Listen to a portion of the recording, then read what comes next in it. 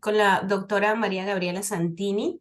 Ella es médico con la especialidad en fisiatría y medicina biológica, sexólogo holístico, creadora del modelo Santini de educación sexual, con más de 16 años de experiencia en la sexualidad. Buenos días, doctora. Hola, gracias por la invitación para estar aquí. Hoy vamos a realizar varias preguntas en esta entrevista. La primera pregunta es, la experiencia hasta ahora con la educación formal es que difícilmente logra moldear la sexualidad humana. Los proyectos de educación sexual se han centrado en los procesos tales como la prevención de los embarazos no deseados y de las infecciones de transmisión sexual y no aplican esta educación hacia otros aspectos de la sexualidad. Esto tampoco responde de forma clara a la necesidad de información o adquisición de habilidades. Y es que en demasiados casos simplemente no tiene relevancia alguna en sus vidas. El enfoque hacia los problemas y riesgos no siempre se alinean con las curiosidades, intereses, necesidades y experiencias de los propios jóvenes y por lo tanto pueden no tener impacto en el comportamiento que se pretende. Como profesional de salud, de sexualidad, en el ámbito vista como un todo, ¿cómo cree usted que podría cambiar este paradigma reduccionista de la educación sexual en los adolescentes? Muy bien. Am, bueno, fíjate que para empezar me gustaría hacer una diferencia entre el concepto de informar y el de educar. En realidad, en nuestra cultura, nosotros no hemos recibido educación, hemos recibido información, porque el proceso de educar implica una transformación, implica que obtienes una información, procesas esa información a través de variedad de herramientas y luego ocurre en ti una transformación. Nosotros no hemos vivido eso en relación a sexualidad. Lo que hemos experimentado es solamente recibir información acerca de los riesgos de vivir nuestro impulso sexual, que es el deseo de buscar placer y el deseo de buscar unión.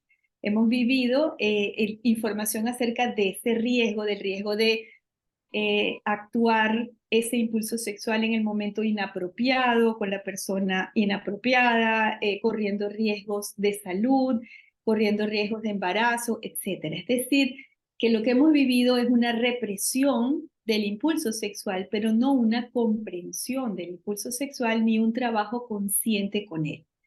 Entonces, la forma que puedo aportar de mi experiencia de hacer de verdad una transformación es a través de un proceso de conciencia sexual. Y proceso de conciencia sexual implica una mirada holística de la sexualidad, que se diferencia también de lo que es una mirada integral, porque cuando decimos integral, es como si pusiéramos debajo de un paraguas diferentes elementos, que es lo que se plantea hoy en día. Por ejemplo, no solo educar sobre los riesgos, no solo educar sobre la función reproductiva, sino también educar sobre los derechos y educar sobre el respeto y educar sobre la salud, ¿sí? Entonces poner todos esos elementos y decir, la educación tiene que ir más allá de solamente frenar o hablar de consecuencias.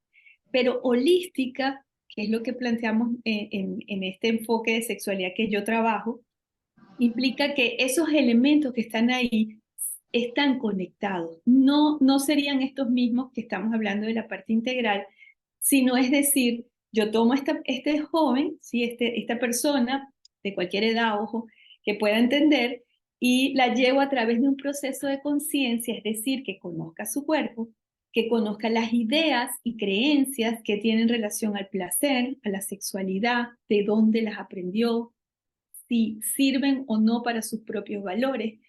Después, reconocer las emociones que tiene emociones guardadas conscientemente, pero también tiene emociones inconscientes que están guardadas en el cuerpo. y están de alguna manera modelando su sexualidad. Y también el elemento espiritual, que no tiene que ver con religiosidad, sino que tiene que ver con trascendencia. Es decir, entender que su cuerpo pide ese impulso, tiene ese impulso porque tiene una fuerza creadora adentro y que esa fuerza creadora requiere ser vista, ser honrada, no solamente ser frenada, sino ser bien canalizada. Entonces, esa sería una manera de salir de este paradigma reduccionista donde solamente estamos viendo las consecuencias peligrosas de un impulso sexual y estaríamos llevando a la persona a un proceso de mirarse, de reconocerse, de estudiarse y transformarse. Y para mí eso es lo que tiene que venir en educación sexual. Eso sí sería educación sexual. Eso sería un proceso transformador. ¿Okay? Muchas gracias, doctora, por esa respuesta. Lidia. Buenos días nuevamente, doctora. Es un gusto conocerla. Gracias. Mi nombre es Lidia Montero Torres. Soy estudiante del primer ciclo de psicología de la Universidad Norbert Wiener aquí en Perú. Bueno, pasaré al tema que nos interesa, ¿no? Doctora, según un reporte del Sistema de las Naciones Unidas, se dice que entre los años 2020 y 2021 aquí en el Perú, cabe señalar que fueron los años de confinamiento por la pandemia, cada 16 niñas y adolescentes mujeres fueron víctimas de abuso sexual. Los casos de maternidad adolescente entre menores de 15 años se incrementaron de 1.158 a 1.438. Se considera que se necesita una respuesta integral. Sabiendo todo esto, mi pregunta es, ¿cómo evitar este tipo de agresiones provocadas por el entorno más cercano, llámese padres, tíos, abuelos, hermanos, ¿no? En fin, sabiendo que son las personas en las cuales uno más confianza tiene. Claro. Sí, eso es una preocupación bastante extendida, no solamente de ustedes, en general es algo que ocurre, ¿sí? Y la razón por la cual ocurre esto es porque la sexualidad tiene niveles de madurez, cosa que no conocíamos antes. Pensábamos que la sexualidad pues, es un impulso, un instinto, un deseo de vivir placer y de vivir una conexión con la otra persona, pero mirarla más profundamente y pensar que la sexualidad se madura, la sexualidad debe crecer en responsabilidad y en cómo impacta, ¿sí? No no es tan común, pero sí es importante saber. Entonces, hay una sexualidad nivel 1, la podemos llamar así, nivel 1 que se asocia con la adolescencia, con el despertar de las hormonas y esa necesidad de aparearse, que es muy primitiva, casi no tiene filtro. Y el adolescente que todavía no tiene tanta madurez, pues lo vive casi asustado, porque no entiende mucho por qué tiene tanta necesidad de tocar sus genitales y tanta necesidad de entrar en el cuerpo de otra persona o recibir a alguien dentro. Es muy primitivo y muy carnal. Eso se va madurando y pasa entonces a una etapa en la cual hay que tener una relación afectiva con el otro, que sería como la sexualidad emocional, donde ya no solamente me despierto por el instinto, sino que tengo que tener una conexión con esta persona. Entonces ya sería la sexualidad del enamoramiento. Y luego vendría una sexualidad más responsable, una sexualidad ya controlada por la mente, de mayor madurez, ¿sí? Donde ya no te lleva el instinto, donde ya las emociones las puedes manejar y entonces llegas al control consciente de ese impulso. Entonces, cuando ocurren estas cosas, que esta actuación del impulso sexual está como sin filtro, como sin contención, pasando dentro de un núcleo familiar, es porque está muy baja en su nivel de conciencia.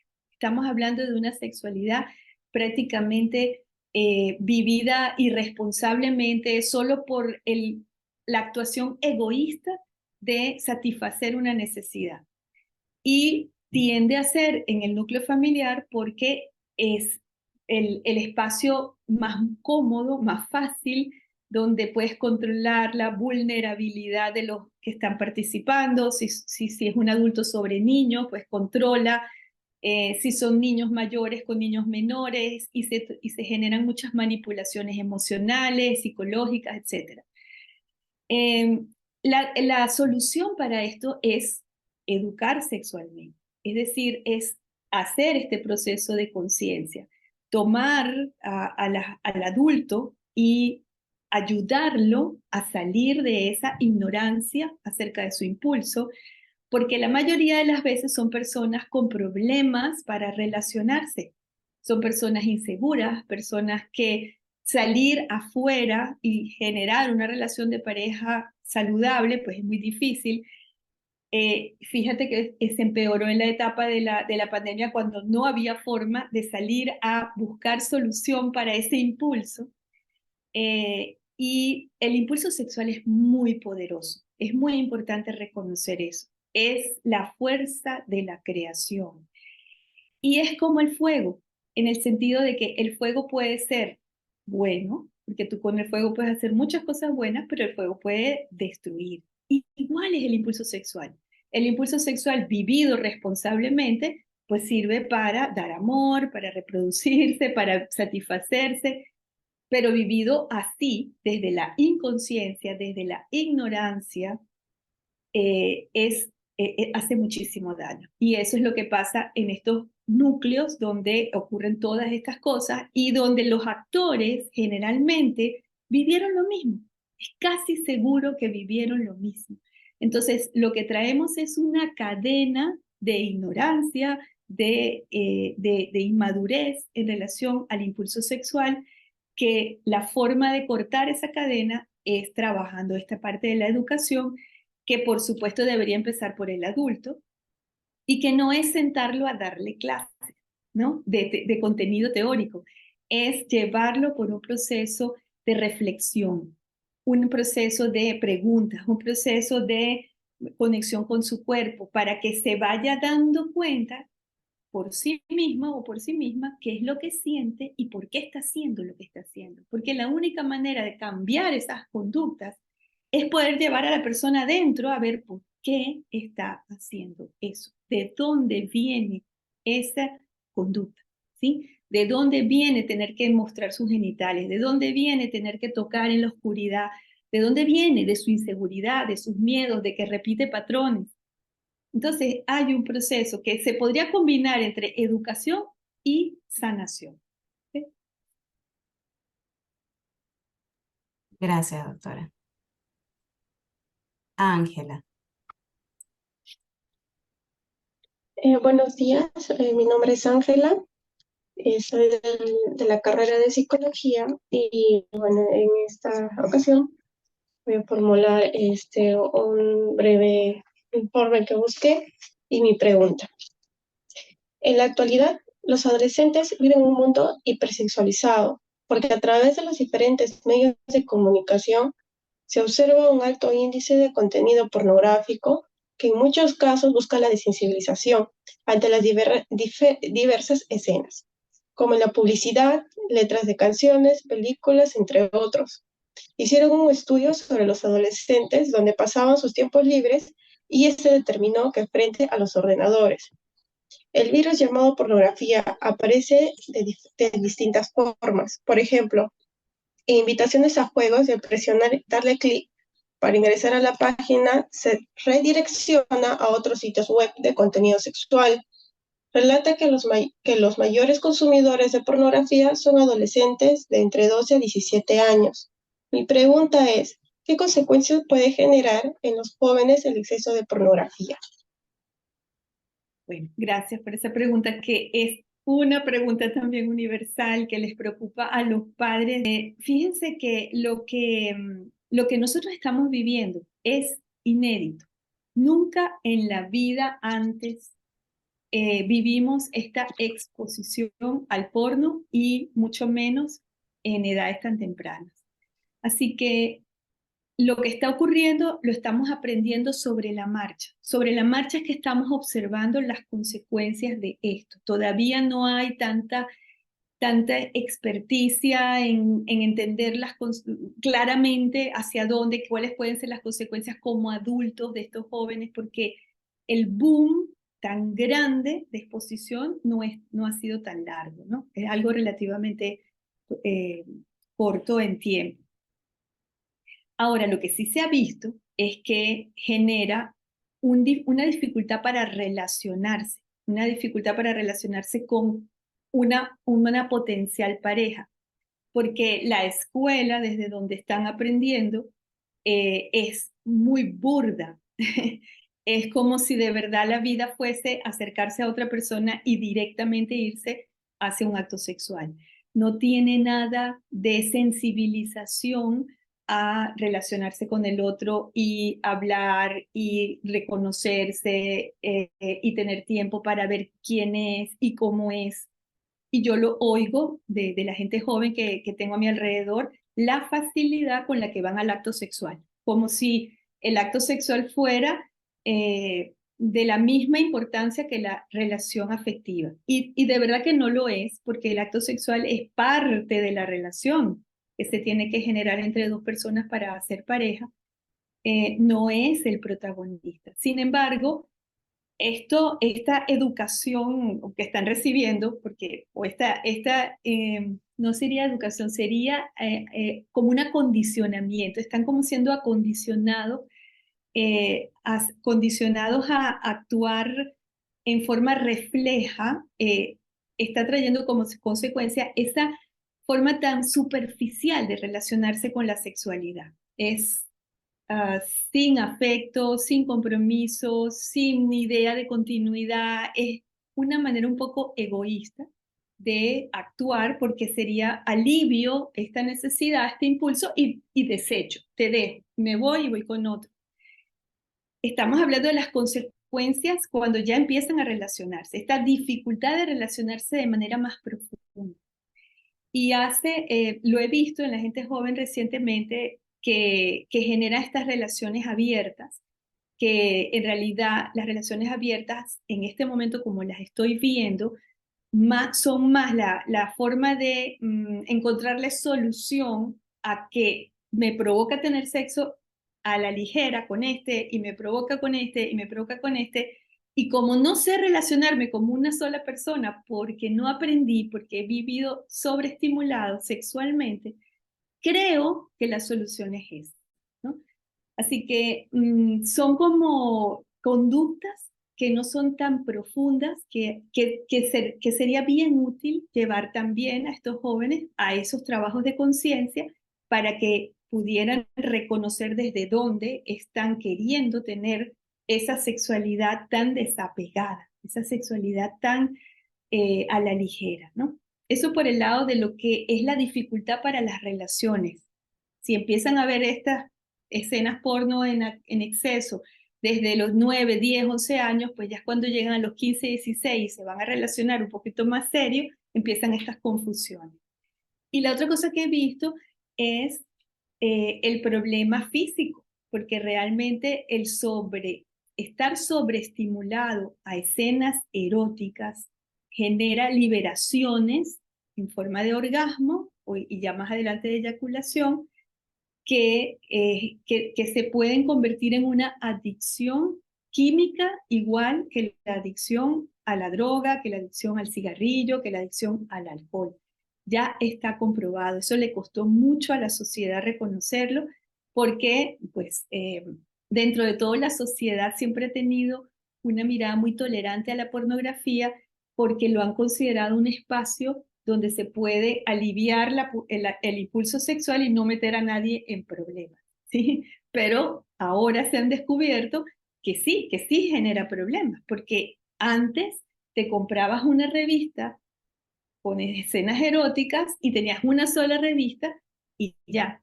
Pero ahora tienes estímulos y estímulos y estímulos y eso a nivel cerebral está generando una serie de problemas de adicción que no existían antes. Entonces, hay un problema relacional y hay un problema individual. Y eso es lo que veo que está sucediendo. Y finalmente, para terminar esa idea, es también un problema de... Ay, pero se me fue la idea. Es el problema relacional y es el problema físico.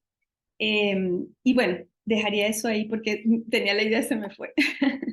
También el exceso de la masturbación que esto produce, doctora. Sí, claro, y eso drena físicamente y drena energéticamente también. La energía de vida de la persona se consume. Todo esto está hoy día comprobado y es un problema de salud pública. De verdad, es un problema de salud pública. No es una tontería, no es una frivolidad. Es un problema de salud pública y hay que atenderlo. Gracias. Gracias, doctora. Gracias, Ana. Gracias. Muchas gracias. Melissa. Buenos días, doctora. Mucho gusto en saludarla. Mi nombre es Melissa Romero Guamán. Bueno, en el Perú existen muchos padres de familia que no tienen conocimiento sobre la sexualidad. Algunos padres sí tienen conocimiento o tienen noción del tema, pero no saben cómo expresarlo, explicarlo, ya sea por temor o vergüenza, ¿no? O tocar ese tema es una ofensa, ¿no? De parte del padre o del adolescente, entonces por eso no hablan del tema.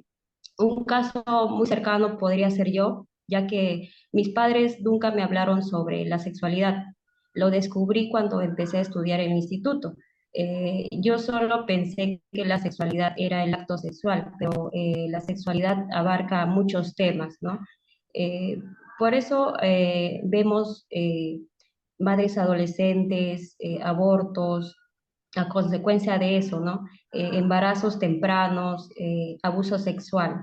Mi pregunta es, ¿qué consejos le podría dar o brindar a los padres de familia sobre la sexualidad para que puedan orientar a sus hijos adecuadamente? Esa Claro, es mi pregunta, doctora. gracias, gracias. Sí, debemos saber que este miedo o esta dificultad de hablar de sexualidad que tenemos casi las personas, por lo menos de 40 años en adelante, muy fuerte, es por la educación principalmente religiosa, que no es que es mala, es que era lo que había para poder controlar ese impulso sexual desenfrenado que puede ocurrir, ¿sí? Ese impulso sexual desenfrenado del adolescente que lo puede llevar a generar un embarazo no deseado, promiscuidad, etcétera. Digamos que las herramientas que había en el momento eran las que la religión imponía con su educación religiosa y la sociedad tratando de sembrar conciencia acerca de las enfermedades y los problemas que te podías, sabes, lo que podías estar. Ahora, esas cosas perdieron peso. Ya esas cosas no tienen la fuerza que tenían antes, porque hay demasiados estímulos abiertos ahora. Ya lo que te puedan decir en una de esos instituciones no tiene el peso que tenía cuando no había televisión y mucho menos internet, etc. Entonces es demasiado estímulo. Así que sí es necesario que los adultos preocupados por la educación de sus hijos vayan ahora buscando ayuda de cómo ellos vivir primero ellos el proceso de conciencia. Porque no hacemos nada dando un folleto que diga los genitales son estos, es bueno respetarse entre todos, tienes derecho a los anticonceptivos. Eso no es educación sexual. Educación sexual es que los padres puedan ver sus miedos, sus historias ocultas, sus secretos, porque prácticamente todo el mundo tiene algún secreto en relación a sexualidad que está modelando la forma como se siente, ¿sí? Que genera sus miedos. Entonces, sus miedos, sus secretos, sus prejuicios. ¿Por qué? Porque ¿qué puede ser realmente transformador para un niño que, por ejemplo, le llegue a una página de porno? ¿Qué sería lo ideal? Poder pararse y decir, ay, mira lo que me pasó, mamá. Se me abrió la ventana del ordenador en ¿qué hago? ¿Sí? Y no que el niño tenga el temor de qué respuesta va a recibir, porque en su ambiente se siente el prejuicio con respecto al tema, ¿sí? Y diferente sería que dijera, tuviera esa libertad, la libertad de decir, ay, pero me pasó esto, o que la madre lo vea y diga, ay, me encontré una página de este tipo en el ordenador, ¿tú la abriste? Ay, sí, eso me pasó haciendo esto. Ah, ¿y qué te pareció? Ah, me dio asco, me gustó verlo, me dio como unas cosquillas. Es decir, poder hablar del tema, porque el tema es real. Lo que no podemos seguir haciendo es teniéndolo debajo de la alfombra como si no existiera. Entonces tienen que haber espacios, espacios de educación para los adultos de conciencia sexual, no de el arte de amar, que es una maravilla, que sería el siguiente paso. La educación sobre el arte de amar, qué bello. Pero antes de eso es la educación para la conciencia sexual. Y ahí les invito a ustedes que están empezando su vida en relación a la parte de la psicología, que trabaja con la persona, con lo que sienten, que se motiven a trabajar desde la conciencia para que puedan ser personas facilitadoras en el futuro de esos espacios de seguridad donde guiadas esos adultos puedan ir y resolver lo suyo, igual que los maestros que también trabajan con los niños, y puedan entonces ser unas personas a quienes se les puede comentar, a quienes se les puede preguntar, y no van a regañar y no van a juzgar, que es lo que necesitamos para cambiar. ¿Okay? Muchas gracias, doctora, por su tiempo. Gracias a ustedes.